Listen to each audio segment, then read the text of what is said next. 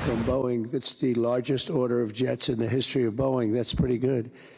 And that's 140. Was that a 140 or 160? It's actually 200, including the 40. So it's over $200 billion. But 160 in terms of the jets. That's fantastic. The president negotiated a $96 billion deal with Qatar to buy airplanes from Boeing. Could create tens of thousands of jobs, hopefully here in America. The largest order in the company's history, by the way. Of course, they're also not great at delivering on their orders. They haven't delivered the 2 airplanes that were supposed to be for the president, which is why this Qatar gift became relevant. Trump also claims he's going to secure $1 trillion in investments for America from the region, but conservatives aren't happy about it. They don't like these relationships. They don't like him doing business with these guys. Why? Former Trump Chief of Staff Mick Mulvaney joins me now. It's good to see you, sir. Chris, it's always good to see you. So let's talk a little first. Put on your former representative hat for a second. How do you understand the situation of Congress being able to trade stocks? What's the problem? What's the fix? Yeah, I was watching that just a few minutes ago, and I wanted to reach through the camera and just grab these guys by the throat and say, look, I've been on both sides of this. I've been in Congress, and I know what the rules are there. But then when I went over to the administration in 2017, I found out the rules were different down the street. I was not allowed, when I was in the executive branch at the Office of Management Budget, to own individual equities. In fact, I wasn't even allowed to own industry-specific ETFs. I could own broadly held mutual funds, and that was about it. What does that tell you? That tells you that Congress passed a law that says that the executive branch has to do something, and they don't apply the same law to themselves. I didn't know that till I got down the street. So yeah, it's really frustrating to hear these guys say, well, you know, we have to do this to make a living. I don't think we pay congressmen enough. We could talk about that all day if you want to. They haven't had a raise since 2009. That's not right. But to come out and say, well, since we haven't got a raise, we need to be able to trade stocks to supplement our income, that looks terrible. Look, Chris, we both know insider trading is illegal. Keep in mind, 99% of the information that Congress gets is public. Only the guys and the gals on the Intel committee get the really, really sensitive stuff that's not public. So this is not illegal, but it is something that looks wrong, and they should stop. And they thought it was wrong, which is why they decided to make the executive branch follow those laws and not allowing them to trade equities. So I pull my hair out of this and don't know why they don't change it. Why are conservatives not happy that the president is cashing in on the Middle East?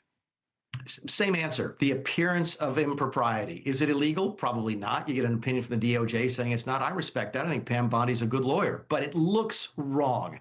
And the next time something happens and somebody thinks that maybe Qatar gets a better deal than they otherwise would have, then you got to ask the question, is it because they gave him the plane? It just looks wrong, and he doesn't need it. Here's the thing, Chris.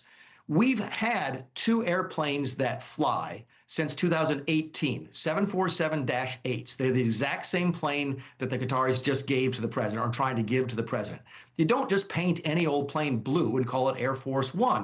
You have to break it down, change the technology, change the communications, change all the defensive stuff that you put in there, all the avionics, and that's what makes it Air Force One. I don't know why Trump thinks that this new plane from the Qataris is going to be there any faster than the 2 we've had since 2018. So it doesn't even solve the problem. Not sure why he's doing it, other than they offered it and he couldn't turn it down because it was effectively, as he said, them giving him a 4-foot putt, and he'd be stupid not to take it. What's the difference between getting $1 trillion from Saudi Arabia and $1 trillion from Germany? Nothing. I don't like any of it. I like it when they buy American stuff, and I think the president's done a great job on that. That's what presidents should do. They should be out promoting American goods. I got absolutely no difficulty with that. But you can't take gifts from foreign nations, even if it goes to your library or to your Air Force. It raises the question as to, look, there's a reason conservatives are upset. When's the last time you saw the far right wing complain about something Donald Trump has done? Never. That's how outrageous this is. When the Laura Loomers of the world are saying, look, this is wrong, then you know you got something that really, really doesn't pass the smell test, and you need to be thinking twice about doing it. I don't hear about the plane. I hear about the plane, of course. But I also hear that, you know, Saudi Arabia is the head of the snake. They export Wahhabism. 9/11, almost all the guys were Saudi. They're not somebody that will ever be your friend.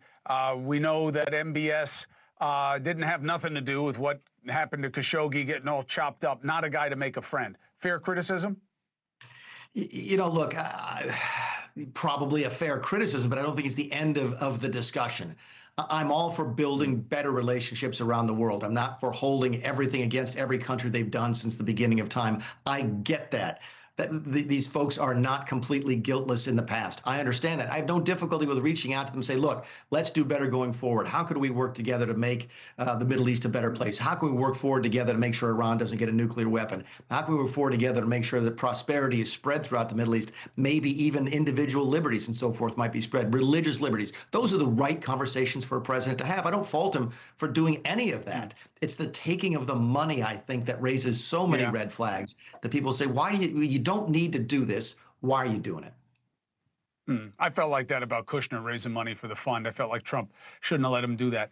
But you said the key word there, and I'll let you go on that point, that Iran is really why it's okay to be doing deals with Qatar and Saudi Arabia, because they know Iran wants to come after both of them. So as long as that is the playing field, that is the mutual enemy, maybe you get somewhere better. Thank you for watching. Subscribe below and download our NewsNation app right now on your phone, and you will get fact-based, unbiased news for all Americans.